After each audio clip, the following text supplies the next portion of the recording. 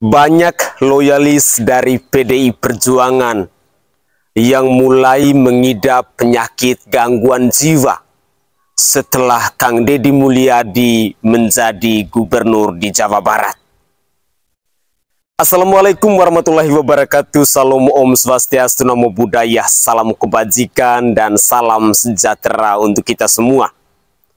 Pemirsa sekalian, ketika Kang Deddy Mulyadi dipercayakan oleh rakyat Jawa Barat untuk menjadi orang nomor 1 di Provinsi Jawa Barat itu, ternyata ada kelompok-kelompok tertentu yang mengidap gangguan jiwa, yang mengidap sakit hati.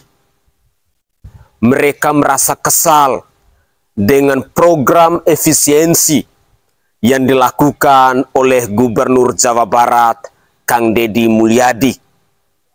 Mereka memprotes, mereka menolak, mereka mengkritik bahwa anggaran efisiensi itu bukan diperuntukkan untuk rakyat Jawa Barat, tetapi mereka menuduh bahwa anggaran efisiensi itu diperuntukkan untuk keluarganya Deddy Mulyadi, diperuntukkan untuk anggaran pribadinya Deddy Mulyadi. Dan ini menurut saya adalah sebuah tuduhan serius yang datang dari loyalis Partai Moncong Putih itu.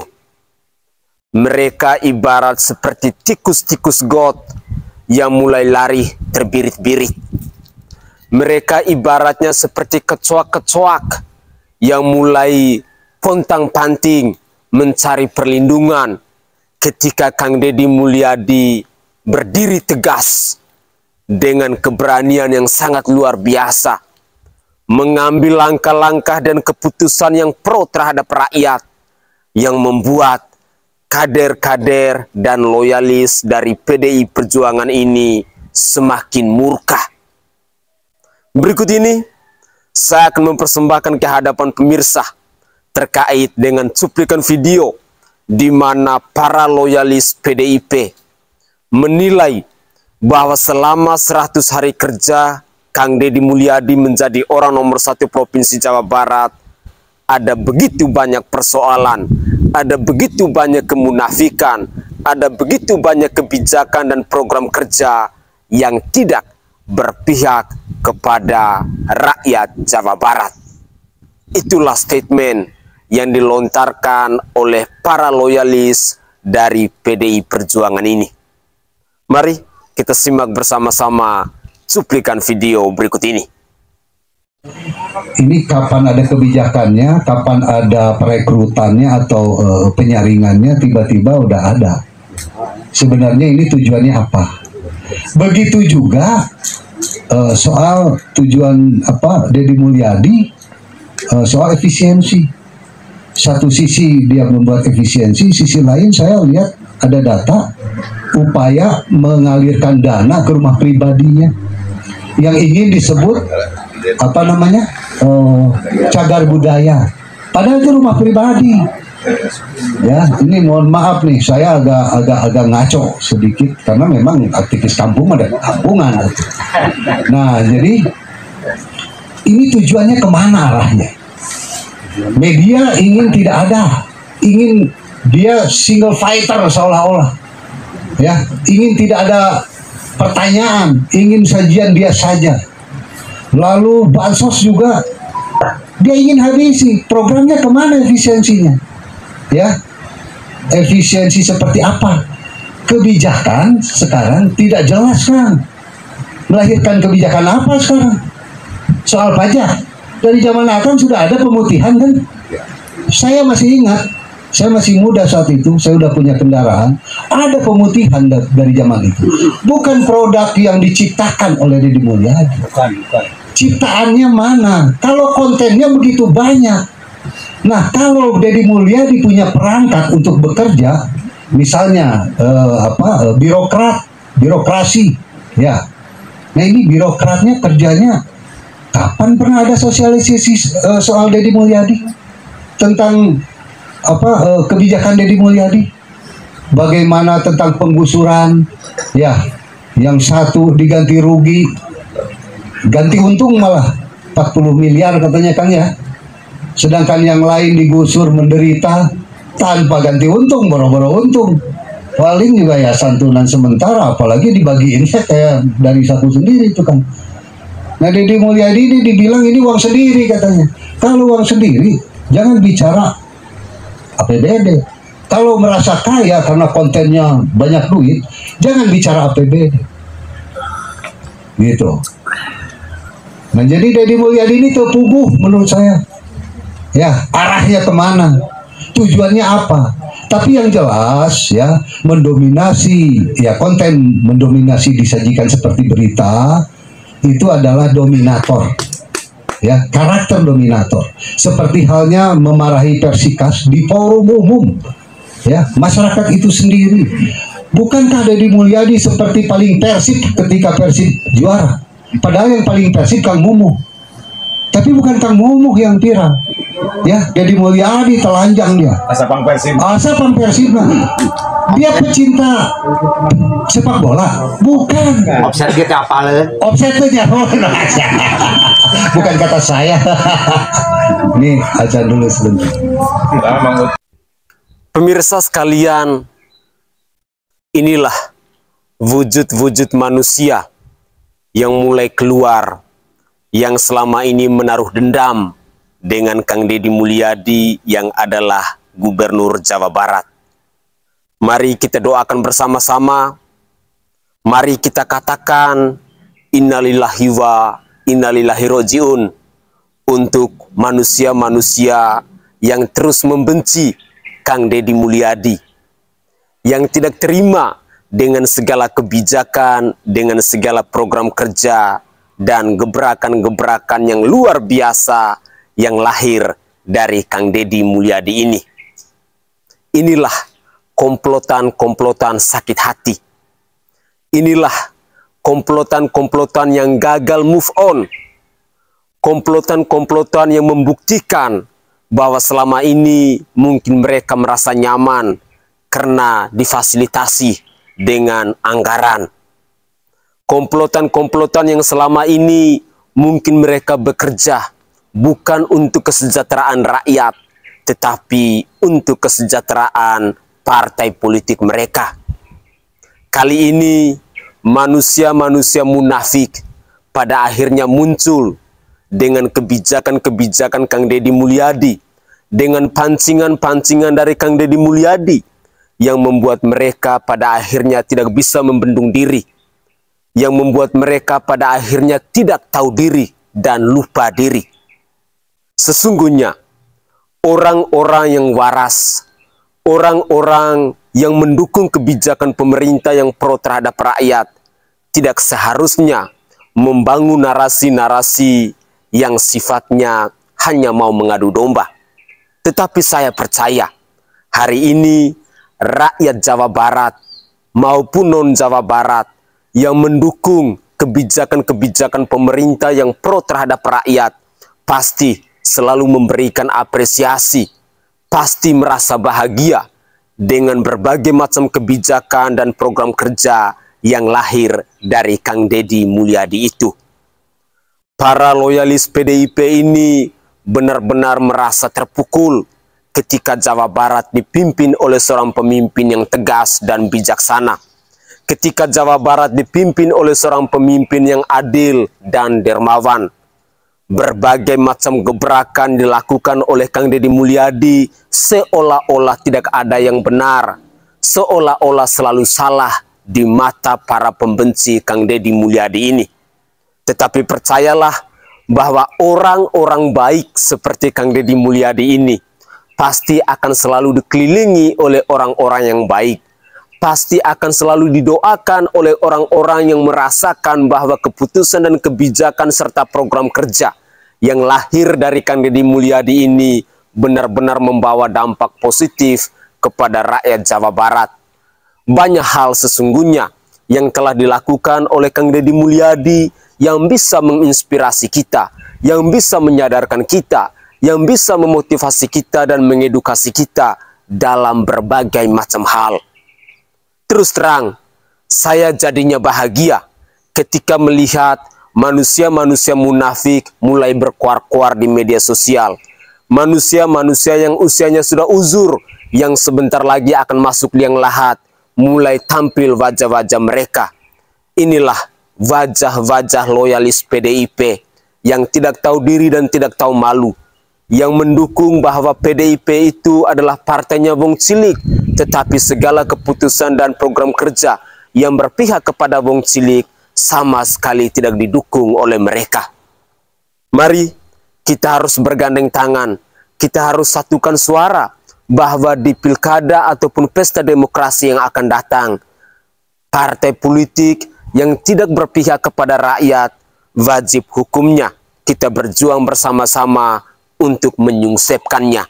Dan bagi saya secara pribadi, partai-partai politik yang tidak berpihak kepada rakyat kecil hendaknya harus dimusnahkan dari negara kesatuan Republik Indonesia ini. Karena negara ini butuh pemimpin-pemimpin dan partai politik yang mau membangun bangsanya, yang mau mensejahterakan rakyatnya, yang mau bekerja, yang mau berjuang dengan mempersembahkan aksi kerja nyata, bukan hanya omong kosong semata seperti yang dikritisi, seperti yang disuarakan oleh para pendukung dan loyalis dari PDI Perjuangan ini.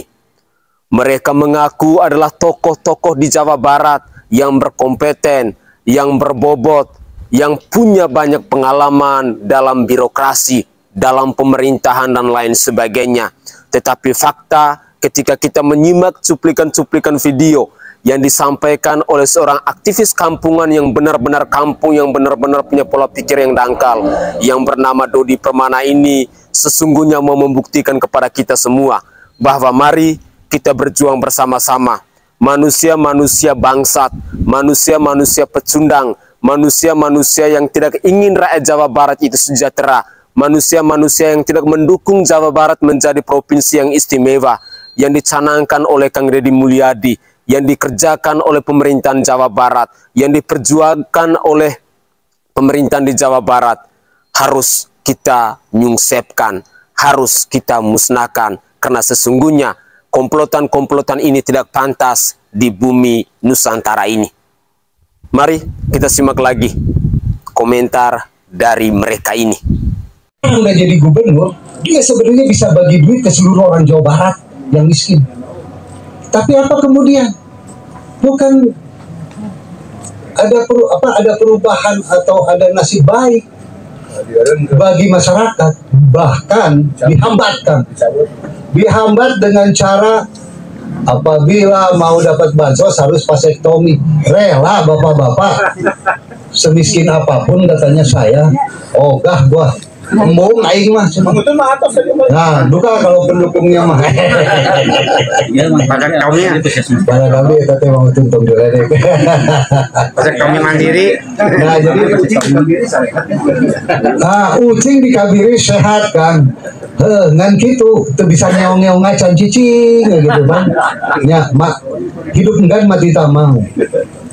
Nah, jadi di sini tidak ada melihat sinyal ya, ada kebijakan yang hebat dari Deddy Mulyadi.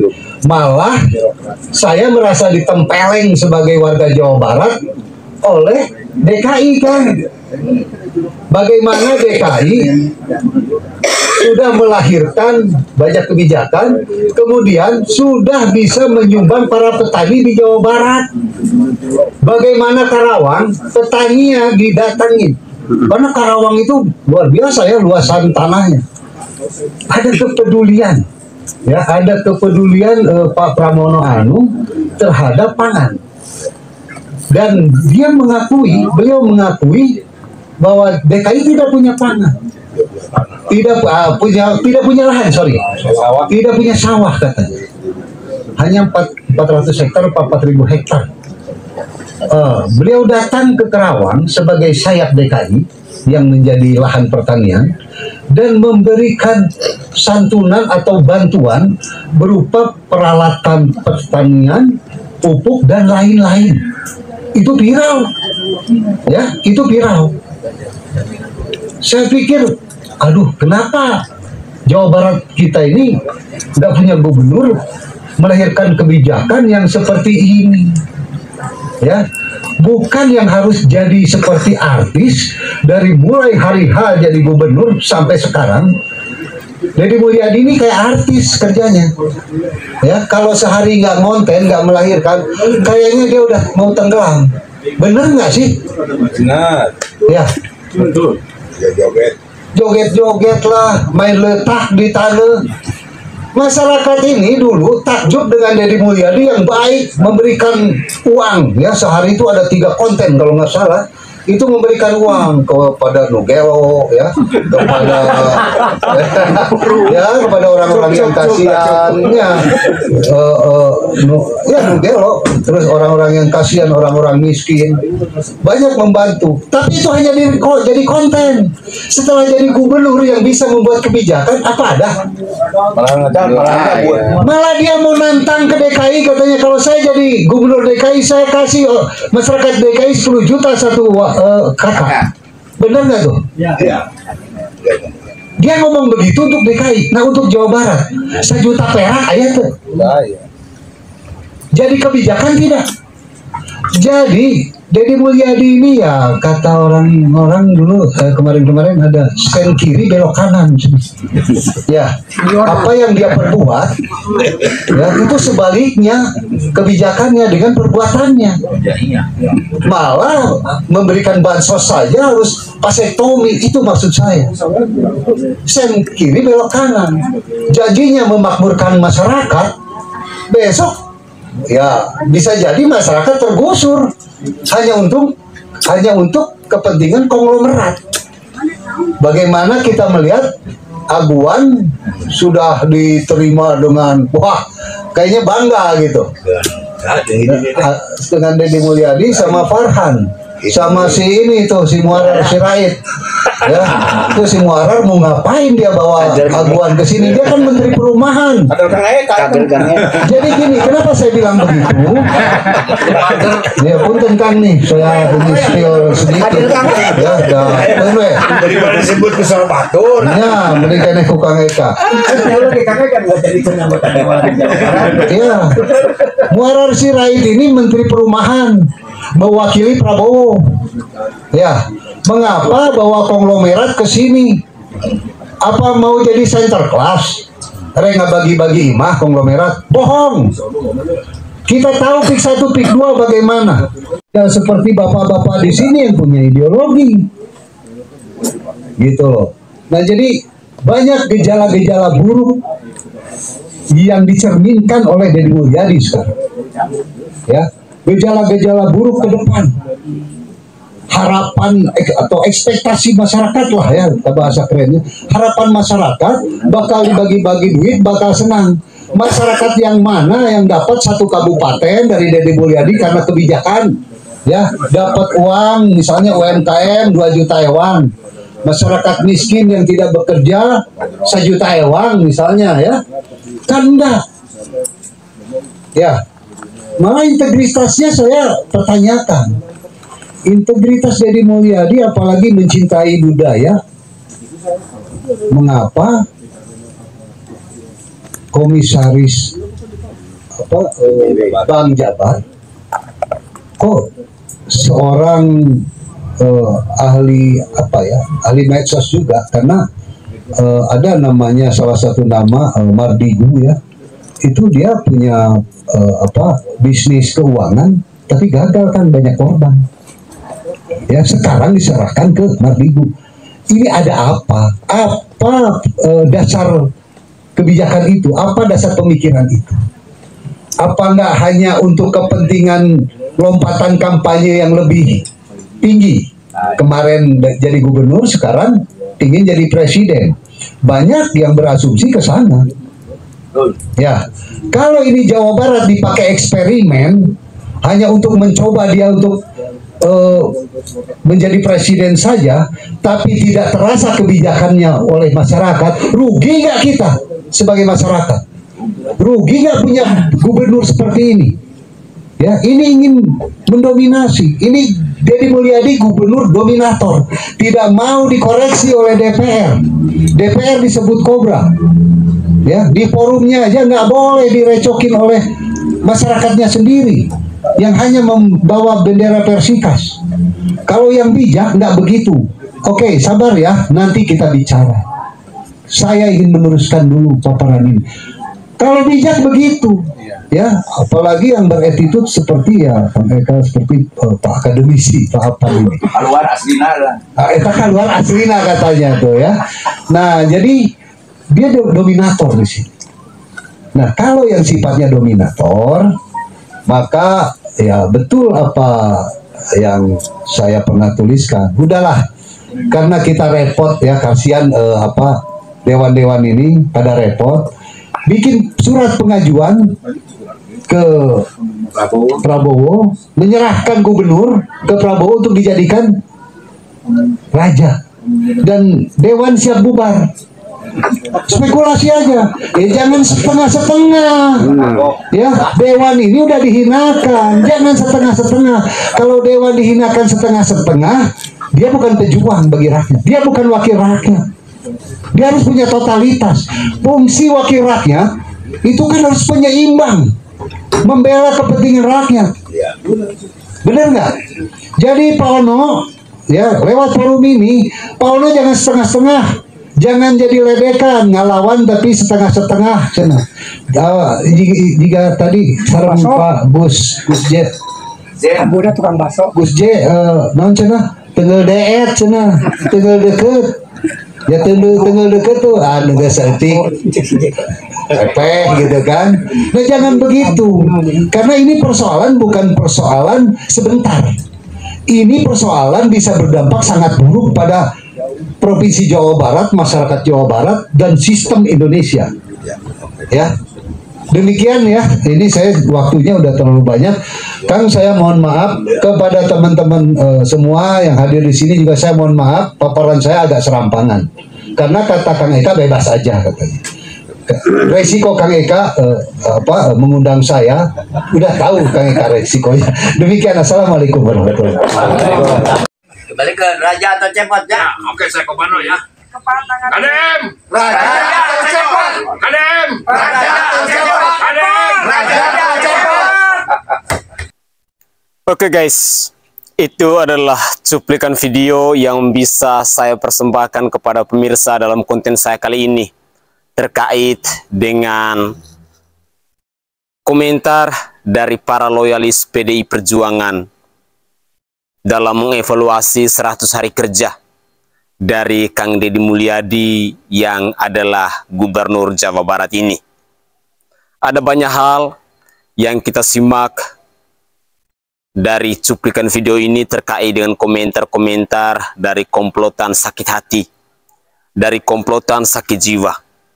Tetapi saya ingin mengajak kepada pemirsa sekalian, terlebih khusus kepada rakyat Jawa Barat, bahwa beberapa waktu yang lalu lembaga survei dari Indikator mengatakan bahwa tingkat kepuasan dari masyarakat Jawa Barat itu mencapai 94, sekian persen, anggaplah 95%, yang merasa puas dengan program kerja, dengan kinerja, dengan kebijakan, dengan keputusan dari Gubernur Jawa Barat, yakni Kang Deddy Mulyadi.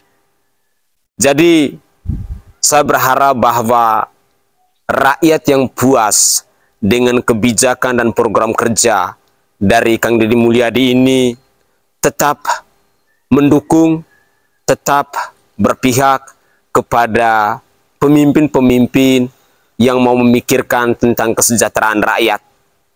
Anggaplah komplotan-komplotan sakit jiwa, komplotan-komplotan yang berkuar-kuar di media sosial, seperti yang kita simak dalam cuplikan video tadi, itu adalah bau kentut, itu adalah angin lalu, itu adalah kumpulan-kumpulan manusia yang tidak berbobot, kumpulan manusia-manusia yang gagal move on.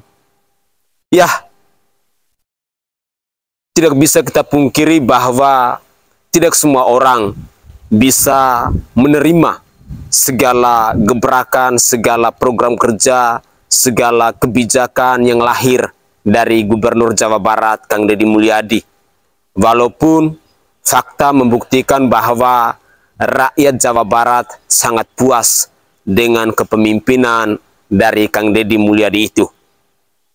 Saya berharap bahwa rakyat Jawa Barat tetaplah menjadi pasukan atau garda terdepan untuk mendukung segala program kerja dan kebijakan yang dipersembahkan oleh Kang Deddy Mulyadi itu. Banyak sekali hal-hal yang lahir atau yang datang dari Gubernur Jawa Barat yang kita kenal dengan gagasan-gagasan yang out of the box. Tetapi itu semua dilakukan oleh Kang Deddy Mulyadi untuk rakyat Jawa Barat, bukan untuk Bapak Prabowo Subianto, bukan untuk Partai Gerindra, dan apalagi untuk kepentingan pribadi dari Kang Deddy Mulyadi itu. Ketika mereka mengatakan bahwa efisiensi anggaran yang dilakukan oleh Kang Deddy Mulyadi yang adalah Gubernur Jawa Barat, dana itu mengalir ke kepentingan pribadi, saya pikir sah-sah saja kalau statement itu datang dari orang-orang yang sedang sakit hati, datang dari orang-orang yang merasa dirugikan, datang dari kelompok yang saat ini sedang panik ketika Jawa Barat dipimpin oleh seorang pemimpin yang tegas dan berani. Mari, gunakanlah logika akal sehat kita. Gunakanlah hati nurani kita. Lihatlah dengan mata kepala kita tentang segala keputusan, tentang segala program kerja yang dipersembahkan oleh para pemimpin di bangsa ini. Dan saya tidak pernah bosan-bosan untuk mengajak pemirsa sekalian, baik itu dari rakyat Jawa Barat maupun non-Jawa Barat, agar kita harus bersama-sama mendukung kebijakan-kebijakan pemerintah yang pro terhadap rakyatnya. Tetapi kalau kebijakan-kebijakan pemerintah yang tidak pro terhadap rakyatnya, maka wajib hukumnya kita harus bersuara lantang untuk menolak, untuk menentang, agar pemerintah pun bisa melek, agar pemerintah pun bisa buka mata, agar pemerintah pun tidak menjadi manusia-manusia yang anti kritik. Tetapi saya secara pribadi menilai bahwa Kang Deddy Mulyadi adalah sosok pemimpin yang tidak anti kritik. Buktinya, dalam keseharian, Kang Deddy Mulyadi selalu berada di tengah-tengah rakyat Jawa Barat. Kang Deddy Mulyadi pernah mengatakan bahwa kantor saya bukan di Gedung Sate, tetapi kantor saya ada di semua pelosok yang ada di Provinsi Jawa Barat ini. Kantor saya ada di tengah-tengah rakyat kecil yang sedang menderita. Kantor saya ada di tengah-tengah rakyat kecil yang sedang membutuhkan uluran tangan. Kang Deddy Mulyadi pun punya komitmen bahwa untuk mewujudkan Jawa Barat menjadi provinsi yang istimewa, beliau akan merealisasikan itu dalam waktu 3 tahun lamanya. 2 tahun yang tersisa, Kang Deddy Mulyadi berencana untuk membangun investasi, untuk mendatangkan investor, untuk membangun di Jawa Barat agar bisa membuka lapangan pekerjaan untuk semua rakyat Jawa Barat.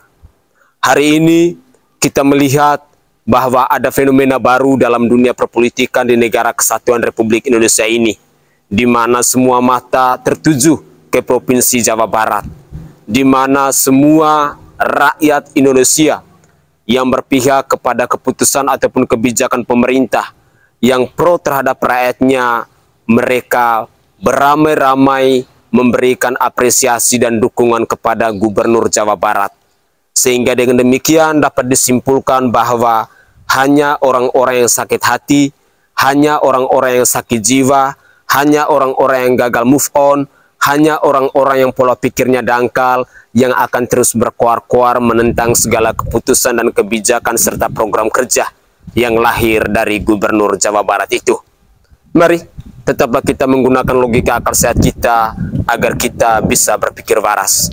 Saya Sainai dari Provinsi Nusa Tenggara Timur. Saatnya kita yang rakyat jelata harus berani untuk bersuara. Salam hormat, salam NKRI, dan salam Pancasila. untuk kita semua.